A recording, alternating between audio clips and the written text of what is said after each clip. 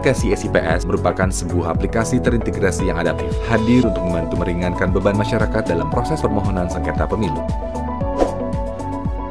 Aplikasi ini dapat diaplikasikan mulai dari tingkat kabupaten, kota, hingga provinsi, yang termonitor dan terkontrol oleh Bawaslu Republik Indonesia secara real-time. Dengan mengakses SIPS online, individu atau pemohon dapat dengan mudah melakukan registrasi dan mengupload dokumen persyaratan langsung melalui sistem. Jika data sudah sesuai, permohonan akan tervalidasi secara otomatis. Notifikasi akan diterima oleh pemohon, begitupun dengan Bawaslu. Pemohon juga dapat memantau status proses permohonan kapan saja. Info seputar nomor registrasi, jadwal musyawarah, serta proses musyawarah juga dapat diketahui pemohon dengan mudah dan terbuka. Begitupun dengan hasil musyawarah, pemohon dapat menerima putusan secara langsung melalui submenu pada aplikasi SIPS milik pemohon. Bahkan, semua permohonan yang pernah diajukan akan tersimpan rapi di dalam database SIPS dan dapat diakses secara online.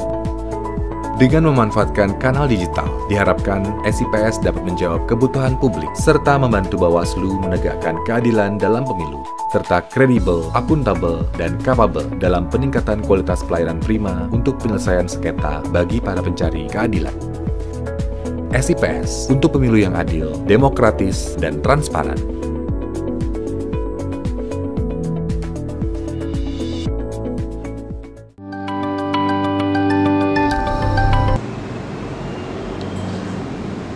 Baik, bismillahirrahmanirrahim. Assalamualaikum warahmatullahi wabarakatuh.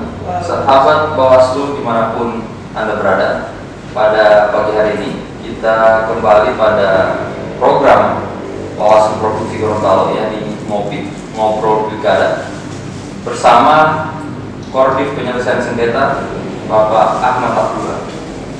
Selamat pagi Pak. Assalamualaikum warahmatullahi wabarakatuh. Waalaikumsalam warahmatullahi wabarakatuh. Gimana kabarnya Pak? Sehat? Alhamdulillah. Alhamdulillah. Iya Pak. Jadi pagi hari ini kita akan bahas terkait dengan beberapa persoalan terkait dengan penyelesaian sengketa. Tetapi sebelum itu Pak Koordinator, mungkin seperti para narasumber yang sudah kita bertanya terkait latar belakang Pak Koordinator penyelesaian sengketa Pak Ahmad Abdullah sebelum di Bawaslu Provinsi. Boleh diceritakan sedikit Pak? Jadi saya pengalaman saya di penyelenggara pemilu tahun 2003 itu saya sudah menjadi anggota Bawaslu, anggota KPU provinsi. Kemudian sampai tahun 2008, kemudian 2008-2013 selanjutnya lagi di provinsi untuk periode kedua. Kemudian 2013 sampai 2018 masih di KPU juga, dan 2019 sampai sekarang masih sudah menjadi anggota Bawaslu. Ya. Saya ingin tahu pendapat Pak Koordinator selaku salah satu pimpinan di Bawaslu Provinsi Gorontalo, peran maksimal Bawaslu dalam mengawasi pilkada di tengah pandemi.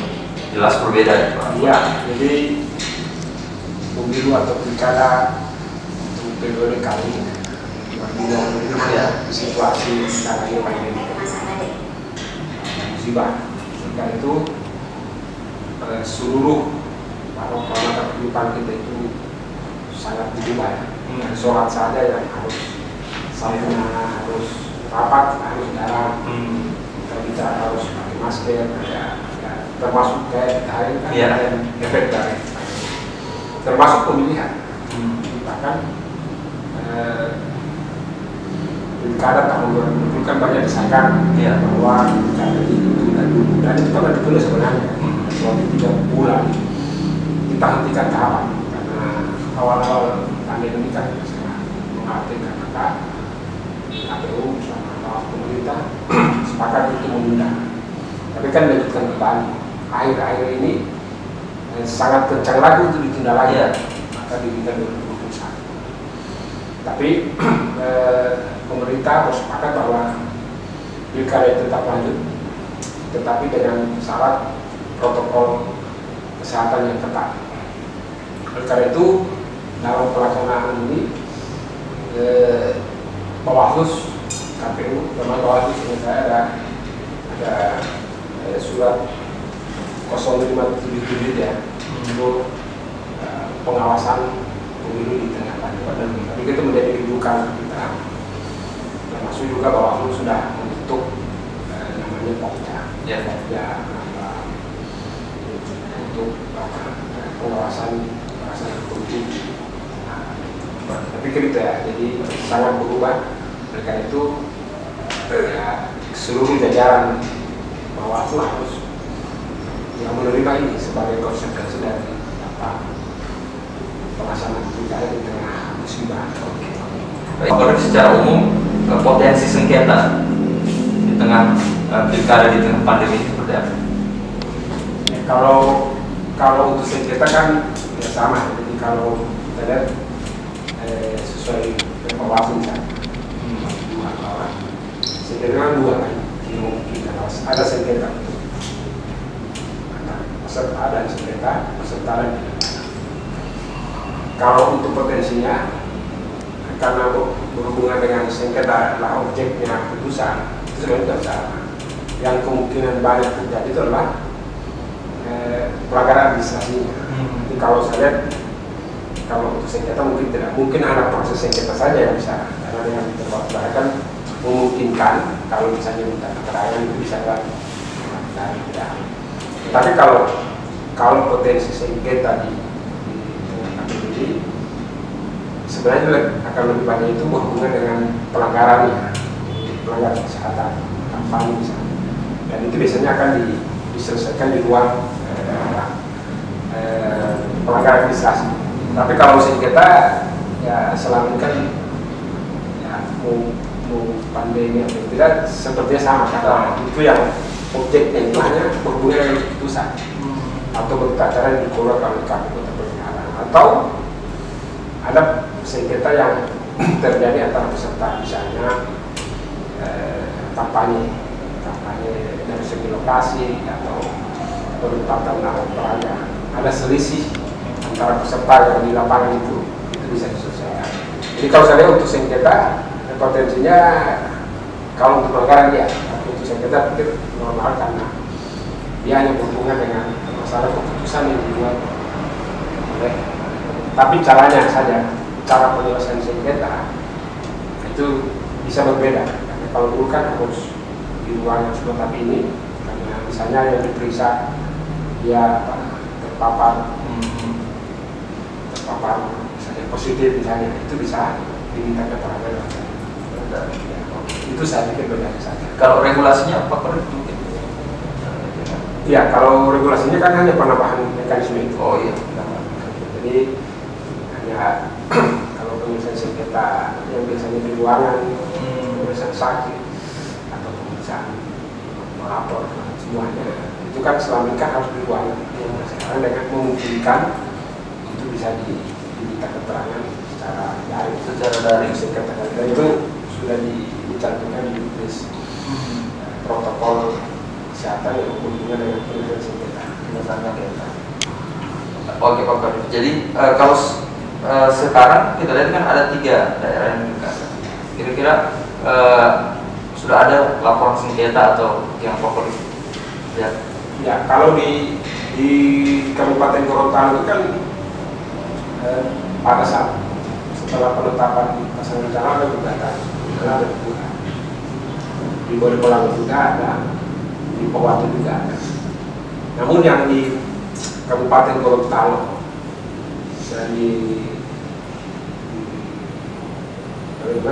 Bodepolango itu tidak diregister karena alasan bahwa yang menggugat atau pemohonnya adalah yang memenuhi syarat. Sehingga sebenarnya sesuai juknis itu, juknis 0419 itu dikatakan bahwa pemohon itu adalah orang yang dirugikan langsung dari sebuah putusan pilkada. Dan juknis ini beri contoh misalnya yang bersangkutan misalnya awalnya memenuhi syarat, kemudian berubah status memenuhi syarat, sehingga dia dirugikan dengan putusan itu, maka dia mengajukan sengketa. Untuk kasus di 2 daerah ini, pemohon itu adalah orang yang sudah diloloskan. Jadi secara tidak dirugikan, artinya tidak berubah statusnya. Yang orang Indonesia, Tetapi kalau ada penilaian bahwa dalam penetapan ada kesalahan administrasi misalnya, itu masuk di luar penanganan perkara. Itu di 2 daerah itu saya lihat mereka masukkan ada sengketa, ada penanganan perkara. Yang tidak diregister itu adalah disengketa, karena Bawaslu sudah dijuk di situ sudah jelas bahwa karena tidak diberikan secara langsung maka yang bersangkutan buat apa lagi karena dia sudah kecuali kalau ada putusan KPU bahkan dia tidak diloloskan atau tidak bersyarat, dia bisa mengajukan sengketa kalau salah formulir dan lainnya. Saya pikir itu ya komisi informasi kecuali di Pohuwato. Pohuwato itu ada pasangan calon dulu yang sebelumnya dibatalkan oleh KPU atau tidak masuk dalam verifikasi, itu diterima lagi karena alasan hasil kajian Bawaslu ya, sebenarnya bersangkutan ini dulu ditolak itu kan hanya alasan bahwa bisa putusan pengadilan itu alasannya tidak dapat terima atau itu alasan karena yang bersangkutan pada saat mengajukan itu belum calon, belum ada penetapan calon. Ya, dia menunggu SK penetapan baru dia karena dia tidak masuk. Tetapi bagaimana putusan itu akan dilihat dari proses persidangan. Jadi Bawaslu tetap menilai, misalnya dalam putus perkara itu menilai bukti-buktinya. Apakah yang bersangkutan tidak diloloskan oleh KPU itu karena apa? Itu akan dinilai. Hari ini sudah hari kedua sidang. Kita lihat saja. Jadi dari 3 daerah ini, di 2 daerah Kabupaten Gorontalo dan Bojonegoro itu tidak diregister kasus itu. Jadi di Pohuwato yang register. Dan itu ya, sesuai ketentuan 12 hari. Karena mereka harus selesaikan. Ketika ada putusan itu, ada upaya selanjutnya. Ya, kalau misalnya Bawaslu menolak bisa, pasangan itu bisa mengajukan gugatan lagi di pengadilan tinggi tetap sah karena putusan Bawaslu dalam sengketa pemilihan itu setara dengan putusan tingkat pertama untuk tetap sah negara. Jadi putusan Bawaslu itu setara dengan putusan pengadilan tetap sah negara di Jadi makanya dia ketika ditolak permohonannya, maka pemohon bisa melakukan banding di dengan tinggi dalam negara. Kalau di sini ke Makassar ya Pak? Makassar. Oke. Baik, Pak Kordif, memang proses penyelesaian sengketa ini berarti tidak ada perubahan ya dalam waktunya dari sebelum misalnya situasi pandemi ini sampai sekarang itu masih sama seperti 12 hari. Tetap ada prosedur yang berbeda itu di sini ada musyawarah tertutup. Itu sudah merujuk dengan sengketa pemilu kemarin dengan ruang mediasi. Ketika pemohon mengajukan permohonan, ada waktu kurang lebih 2 hari mediasi. Nah, kalau di pemilihan itu bukan mediasi selain tapi musyawarah tertutup. Kalau dalam waktu itu tidak terjadi kesepakatan, maka dia lanjutkan mediasi musyawarah tertutup. Untuk 2 hari untuk tertutup, 12 hari terbuka. Sampai pada putusan. Terakhir Pak Kordif, sebelum saya ingin Pak Kordif memberikan closing statement, menurut Pak Kordif sendiri, tadi kan dikatakan mekanisme misalnya tatap muka sekarang dioptimalkan melalui daring. Ya, itu kira-kira ada secara psikologi ada yang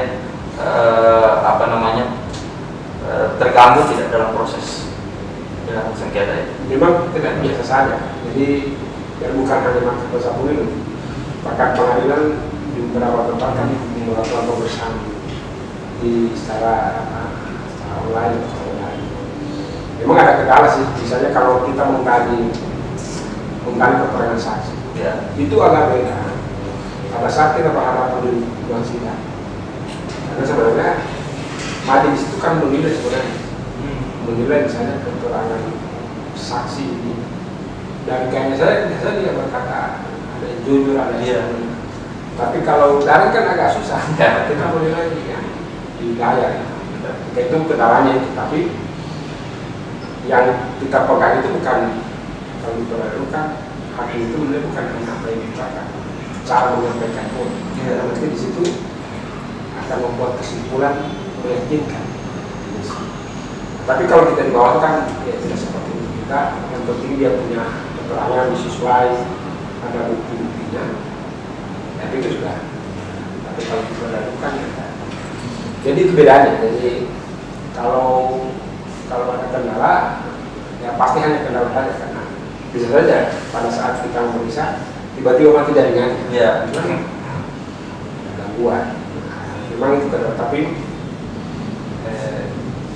untuk Gorontalo kasusnya informasi dari kabupaten mereka lakukan cara tabungan langsung seperti prinsipnya tidak ada kendala selama ini.